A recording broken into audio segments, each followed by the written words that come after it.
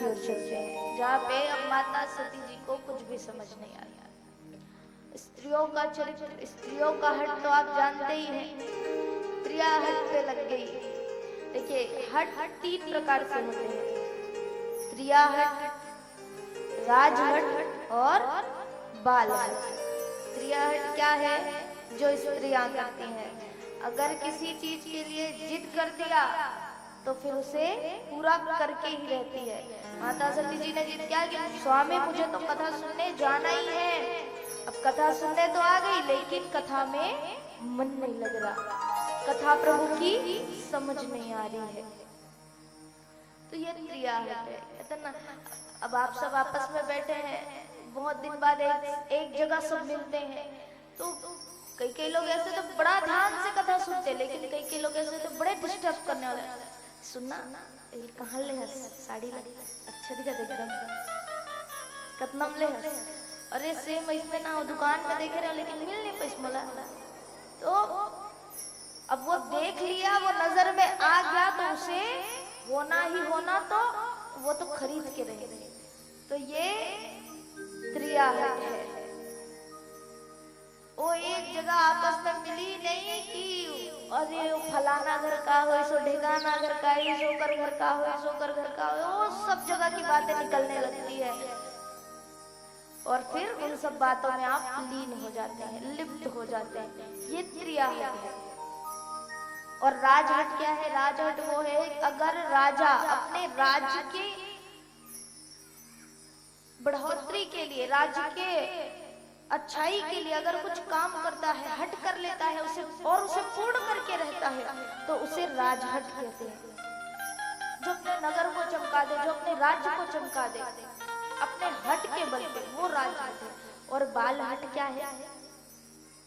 अगर एक बालक किसी चीज के लिए जिद करता है कि मैया मुझे वो चाहिए चाहिए, ला के दो, फिर क्या होता है? आप कहीं शॉपिंग करने गए हैं, बाजार गए हैं, बच्चे लेकर गए हैं साथ में, अब कहीं दिख गया गुब्बारा वाला।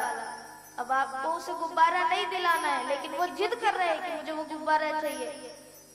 आप समझाओगे अरे बेटा अभी नहीं लेते, क्या करेगा? रास्ते में लेट जाएगा। क्यों? क्योंकि उसे गुब्बारा चाहिए। ले तब भेजो, नीति कर सूझ।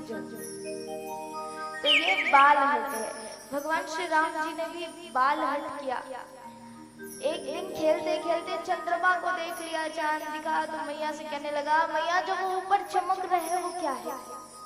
मैया ने बताया कि लाला वो चंद्रमा है, चंदा मामा है। तो राम जी कहने लगे, मैया मैं मामा जी के साथ खेलना चाहता हूँ।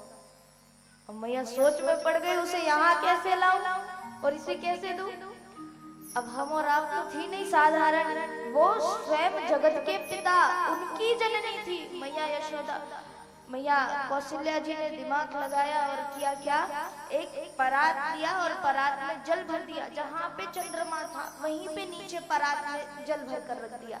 वो चांद की परछाई परात के जल में दिखने लगी। राम जी को बिठा दिया, आप खेलो, यही है चंदा मामा। राम जी ने खूब खेला और अपना हट पूर्ण किया। तो ऐसे बाल हट होते, तीन हट होते हैं। अब देखिए, स्त्रियां ही है जो हमारे समाज को उजागर करती है, हमारे समाज का निर्माण करती है। और स्त्रियों का दायित्व क्या है कि वो अपने सारे कर्तव्यों का पालन करे पूर्ण रूप से। घर का कामकाज भी करे, समाज का कामकाज भी करे। अगर वो वर्किंग वुमेन है, काम करने जाती है, तो वहां का भी आप काम करें। सब तरह का काम करके एक राष्ट्र को अच्छा रूप देना वो स्त्रियों का दायित्व है।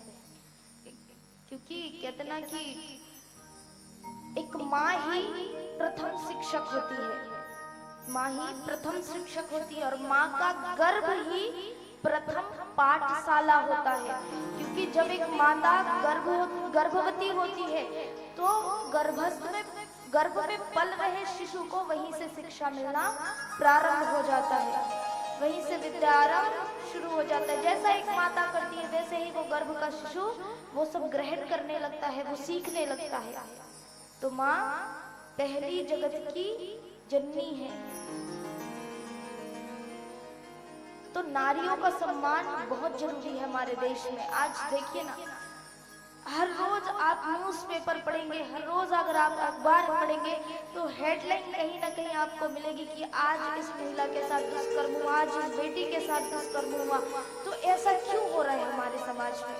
मैं यही संदेश देना चाहूंगी कि नारियों का सम्मान हो, क्योंकि यत्र नार्यस्तु पूज्यन्ते तत्र रमन्ते देवता। जहाँ नारियों की पूजा होती है, जहाँ नारियों का सम्मान होता है, वहाँ पर देवताओं का वास होता है, भगवान विराजमान होते हैं। ऐसे जगह नहीं जहाँ नारियों का अपमान हो। इनका सम्मान बहुत जरूरी है। यही देश को चलाने वाली है, जगत को रचने वाली है। एक बार हुआ क्या, किसी ने कह दिया था भोलेनाथ जी से कि कथा में सती को ले जा रहे हो मैया जी को, तो थोड़ा बड़ा ध्यान से, कि स्त्रियां थोड़ी सी चंचल स्वभाव की होती है और खतरनाक दिमाग की होती है। भोलेनाथ जी ने अच्छा ऐसी बात है। तो एक बार हुआ क्या, एक महिला ने भगवान भोलेनाथ जी का तपस्या किया। भगवान भोलेनाथ जी प्रसन्न हुए। अब प्रसन्न हुए महाराज, तो हुआ क्या, भोलेनाथ जी ने कहा तुमने मुझे प्रसन्न किया है तो कुछ ना कुछ वरदान मांग लो। तो उस महिला ने कहा प्रभु वरदान तो मांगना चाहती हूँ, लेकिन मुझे 3 वरदान चाहिए। भोलेनाथ जी ने कहा ठीक है, 3 वरदान देने के लिए तैयार हूँ, लेकिन मेरे कुछ शर्त है। तो उस महिला ने कहा प्रभु आपके क्या शर्त है? तो भगवान ने कहा जो 3 वरदान तुम मांगोगी उसका दुगुना मैं तुम्हारे सास को देता जाऊंगा। महिला सोच में पड़ गई, बड़ा विचित्र शर्त है। कहा ठीक है प्रभु, चलेगा, सब चलेगा। अब महिला ने कहा प्रभु मैं अपना वरदान मांगू? भगवान ने कहा हाँ मांगो। तो उस महिला ने अपना पहला वरदान मांगा, पता है क्या? कहा कि प्रभु मुझे खूब सुंदर बना दो, मेरे जैसी कोई और सुंदर ना हो, खूब सुंदर बना दो। भगवान भोलेनाथ जी ने कहा तथास्तु। ओ महिला खूब सुंदर हो गई। अब शिव जी ने क्या कहा था, दुगुना सास को मिलेगा। तो अब उसकी सास दुगुनी सुंदर हो गई, और भी सुंदर। अब उसे देखकर ईर्ष्या होने लगी, अरे मुझसे भी ज्यादा सुंदर हो गई है। तो अब भगवान ने कहा दूसरा वरदान जल्दी से मांगो। तो दूसरा वरदान मांगा, कहा कि प्रभु मैं खूब धनवान हो जाऊं, मुझसे ज्यादा धनवान कोई ना हो। भगवान भोलेनाथ जी ने कहा वो खूब माला माल हो गई। शिव जी ने क्या कहा था, दुगुना सास को मिलेगा, सास उससे भी ज्यादा धनवान। अब आखिरी बचा था तीसरा वरदान। उस महिला ने बड़ा सोचा विचारा और कहा प्रभु अब मेरा आखिरी वरदान बचा है, मांग लूं? भोलेनाथ जी ने कहा मांगो मांगो। तो उस महिला ने कहा प्रभु मुझे जरा सा हार्ट अटैक दे दो। भगवान ने कहा तथास्तु। महिला को जरा सा हार्ट अटैक मिला और शर्त के मुताबिक सास को दुगुना हार्ट अटैक। उस दुगुने हार्ट अटैक में सास सीधे ऊपर। अब भगवान उस व्यक्ति को अभी तक ढूंढ रहे हैं जिन्होंने कहा था कि स्त्रियों के पास कम बुद्धि होती है, कम दिमाग होता है। बताइए ये कोई छोटा मोटा दिमाग था? तो आपको बता दूं पुरुषों की अपेक्षा स्त्रियों में बौद्धिक क्षमता बहुत अधिक होती है, इसलिए वो हर कार्य में निपुण होती है, इसलिए इनका सम्मान बढ़ा जाता है। अब स्त्रियां हट में लगी थी। भगवान भोलेनाथ जी कथा सुनकर आए, सती को देखा कि सारे स्त्रियों के साथ खड़ी है, प्रभु को अच्छा नहीं लगा। सती से पूछा सती तुमने कथा श्रवण नहीं किया? माता सती ने झूठ कहा, प्रभु बस अभी आई हूँ, बस अभी आई हूँ, कथा सुन ही रही थी। भगवान भोलेनाथ तो जानने वाले हैं, सब जान गए, फिर भी कुछ नहीं कहा। फिर मार्ग में चलने लगे नंदी पर बैठकर सवार होकर के। तो भगवान शिव जी ने राम जी को देख लिया और हाथ जोड़ करके प्रणाम किया, कहा जय सच्चिदानंद जग पावन अस्के चले मनोज न सावन। कहा जगत के नियंता सच्चिदानंद भगवान श्री आनंद कंद प्रभु श्री राम को मेरा प्रणाम है। माता सती ने फिर देखा स्वयं देवों के देव महादेव और जो 2 वनवासी पुरुष वन में विचरण कर रहे उनका प्रणाम कर रहे हो। फिर से भ्रम हो गया। अब भ्रम हुआ तो भोलेनाथ जी ने कहा कि सती क्या हुआ? सती ने कहा प्रभु आपने इनका प्रणाम क्यों किया?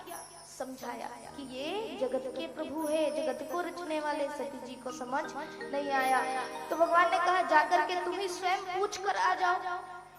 तो सती जी आज सीता का रूप बनाई हुई है और सीता का रूप बना करके प्रभु श्री राम जी के मार्ग में बैठ गई। क्यों? क्योंकि भगवान श्री राम जी का परीक्षा लेना था। बैठ गई मार्ग में। इधर से प्रभु श्री राम आए, हाथ जोड़ा और हाथ जोड़ करके माता सती जो सीता का रूप बना करके बैठे हुए उनको प्रणाम किया। कहा कि जगत की जननी माता सती को हम दोनों भाई राम और लक्ष्मण दशरथ जी के पुत्र के द्वारा सत सत प्रणाम है, कोटि कोटि प्रणाम है। माता सती जी लज्जित हो गई। क्यों? क्योंकि उन्होंने सीता जी का रूप बनाया है। लज्जित हो गई और वहां से उठ करके सीधा भोलेनाथ जी के पास आ गई। भोलेनाथ जी ने पूछा क्यों? मालूम पड़ गया? परीक्षा लेने गई थी, सफल हुई परीक्षा में? सती ने कहा प्रभु मैंने कोई परीक्षा नहीं ली। फिर से झूठ कहा। इसीलिए यही कारण है कि माता सती जी को अपने प्राणों को त्यागना पड़ता है, योगाग्नि में भस्म होना पड़ता है। भगवान भोलेनाथ जी ने उसी दिन से माता सती का हृदय से त्याग कर दिया था। क्योंकि एक बार कोई व्यक्ति झूठ बोलता है तो उसे आप सह सकते हो, लेकिन झूठ ऊपर झूठ, झूठ के ऊपर झूठ, झूठ के ऊपर झूठ जब कोई बोलता है तो वो सहन नहीं होता। तो आइए छोटा सा भजन करते हैं।